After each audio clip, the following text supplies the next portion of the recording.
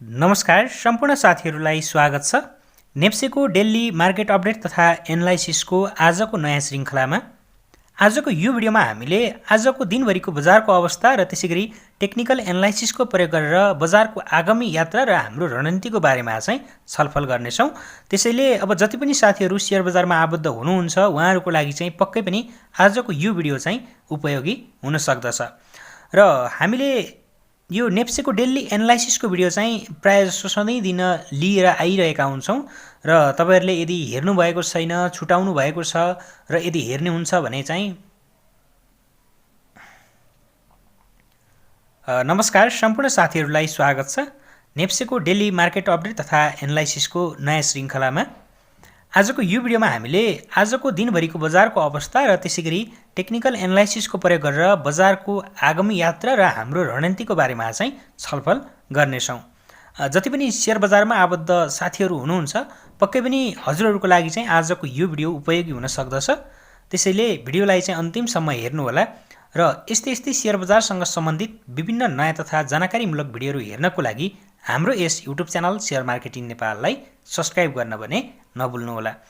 र सबैभन्दा पहिले हामी बजारको आजको दिनभरिको अवस्थाको बारेमा चाहिँ केही सामान्य जानकारी लियौँ। र यदि हजुरहरूले नेप्सेको यो मार्केट अपडेट हेरिसक्नु भएको छ, समरी हेरिसक्नु भएको छ, आजको नेप्सेको अवस्था, सब इन्डेक्सहरूको अवस्था कस्तो रहेको छ भन्ने विषयमा जानकारी लिइसक्नु भएको छ भने हजुरहरू हाम्रो नेक्स्ट च्याप्टरमा जान सक्नुहुनेछ। मैले च्याप्टर वाइज राखिदिएको छु हजुरहरूको सजिलोको लागि। र अब हामी आजको विषयवस्तुतर्फ लागौँ। नेप्से आज 2610.58 अङ्कमा झरेको छ। 43.12 अङ्कको चाहिँ आज बजारमा गिरावट देखिएको छ। 3 अर्ब 66 करोडभन्दा बढीको सेयर कारोबार भएको छ। मार्केट बिहानदेखि नै निरन्तर रूपमा चाहिँ घट्दो लयमा देखिएको थियो र आज 7वटा कम्पनीहरूको मात्रै सेयर मूल्यमा वृद्धि भएको छ। 183 वटा कम्पनीहरूको आज सेयर मूल्य घटेको छ भने एउटा कम्पनीको चाहिँ आज सेयर मूल्य हिजो जुन मूल्यमा बन्द भएको थियो आज पनि त्यही मूल्यमा नै बन्द भएको छ।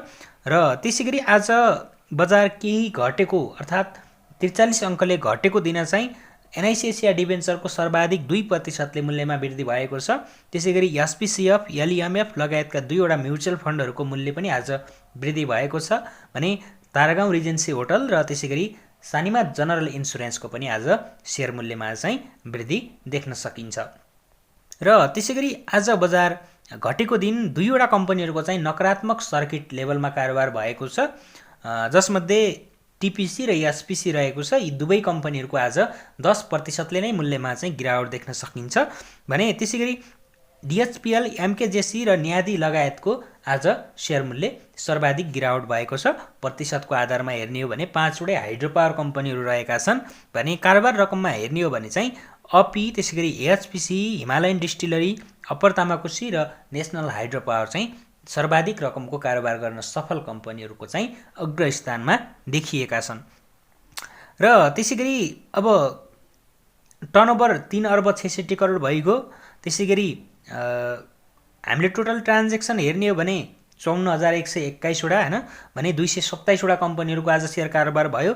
मार्केट क्यापिटलाइजेसनको आधारमा कुराकानी गर्ने हो भने चाहिँ अब 36 खर्बमा आइपुगेको छ बजार हैन। 42 खर्बसम्म पनि पुगेको थियो भने त्यसबाट घट्दै आइरहेको छ भन्नुको मतलब लगानीकर्ताहरूको सेयर बजारमा गरेको लगानी पनि घाटामा गइरहेको छ भनेर हामीले बुझ्न सकिन्छ। किनकि मार्केट क्यापिटलाइजेसन घट्दै आइरहेको छ, लगानीकर्ताहरूको पनि नोक्सान बढिरहेको छ। हामीले कसरी बुझौँ भने कुनै एउटा कम्पनीमा हामीले कारोबार गरेका थियौँ 3200 को लेभलमा, त्यसको सेयर मूल्य जति थियो हैन हाम्रो पोर्टफोलियो 3200 को लेभलमा जति थियो त्यो अहिले छैन के, घट्दै आइरहेको छ भन्नुको मतलब हाम्रो 3200 पुग्दा जति सम्पत्ति थियो नि त्यति सम्पत्ति अहिले छैन। सेम कम्पनी सेम किता हैन केही किनबेच नै नगरेको भए पनि हो। त्यसैले चाहिँ अब मार्केट क्यापिटलाइजेसन पनि बजार घट्दै गर्दा घट्दै आइरहेको छ र लगानीकर्ताहरूको नोक्सान पनि बढिरहेको छ भनेर हामीले यहाँबाट बुझ्न सकिन्छ भने त्यसैगरी अब हामी आजको अर्को पाटो टेक्निकल एनालाइसिसतर्फ लागौँ। बजार आज 2610.60 अङ्कमा रहेको छ, हेर्न सक्नुहुन्छ हजुरहरूले। हामीले हिजोका दिनमा जुन हिसाबले कुराकानी गरेका थियौँ पक्कै पनि साथीहरूले हिजोको भिडियो हेर्नुभएको थियो भने धेरै कुरा त पक्कै पनि हजुरहरूले चाहिँ हिजो बुझिसक्नु भएको छ। आज लगानी गर्ने कि नगर्ने भन्ने विषयमा मैले हिजो पनि बोलेको थिएँ हैन। हामीले जे सोचिरहेका थियौँ त्यही नै भइरहेको छ। एमसिसी भनेको खास गरी 1-2 दिनको हल्ला मात्रै हो।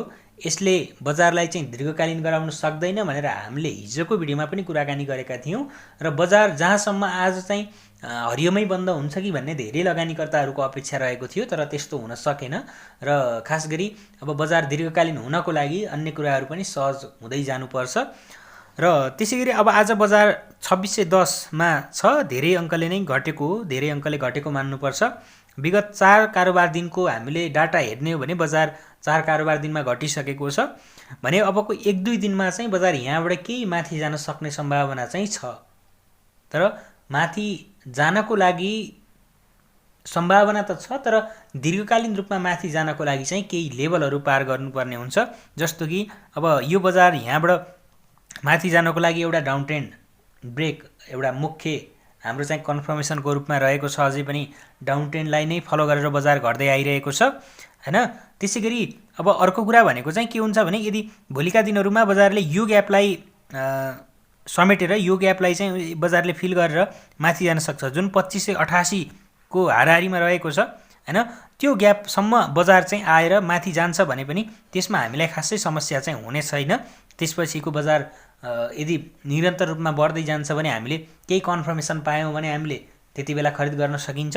भोलि त हाम्रो नेप्से बन्द हुन्छ होला सायद, पर्सिको कारोबार दिनमा हामीले त्यो हेर्न पाइन्छ कि पाइँदैन पक्कै पनि धेरै टाढा छैन। अब त्यो यदि त्यो ग्यापलाई चाहिँ फिल गरेर बजार माथि जान्छ भने पक्कै पनि हामीले त्यति बेला केही रणनीति गराउँला, तर तत्कालको लागि त्यस्तो कुनै पनि आत्तिएर लगानी गरिहाल्नु पर्ने भन्ने किसिमको चाहिँ वातावरण अझै पनि छैन।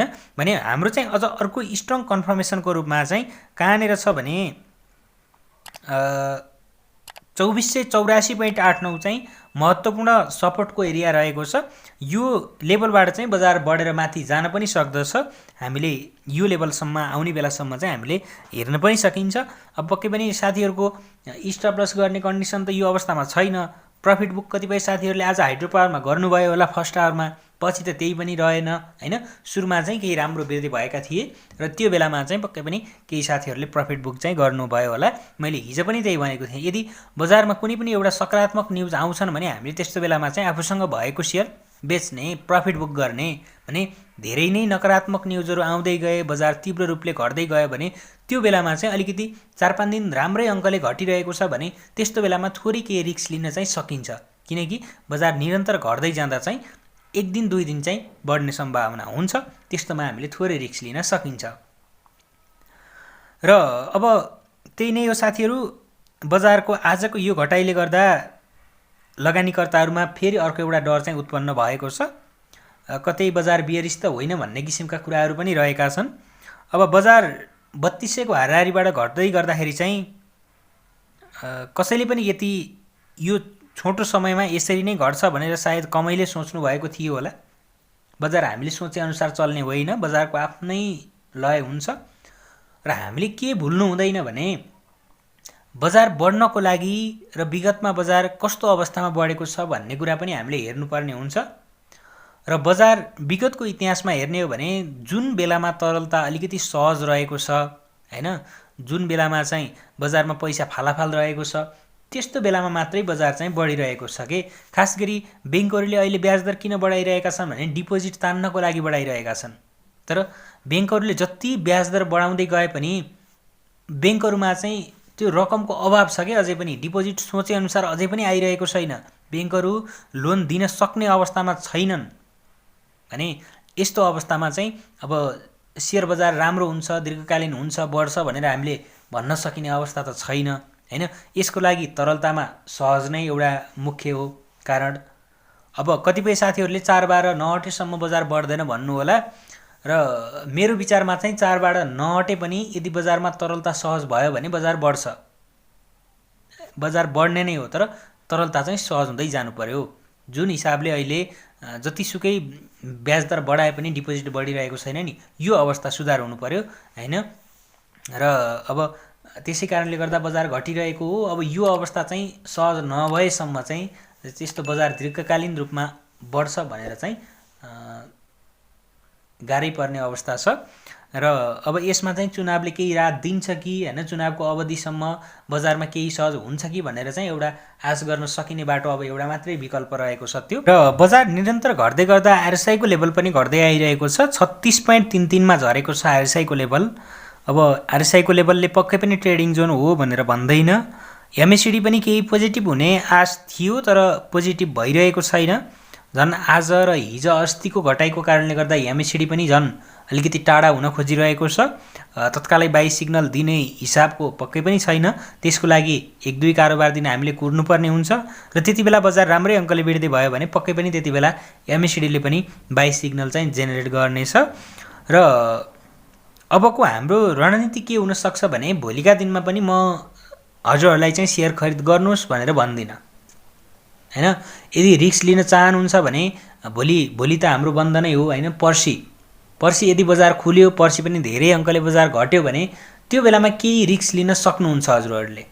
त्यो कसरी रिस्क लिने भने हाम्रो खातामा आएपछि हामीले बेच्न सकिने तरिकाले रिस्क लिने के, धेरै रिस्क नलिने, किनकि बजार त्यो अवस्थामा छैन अहिले।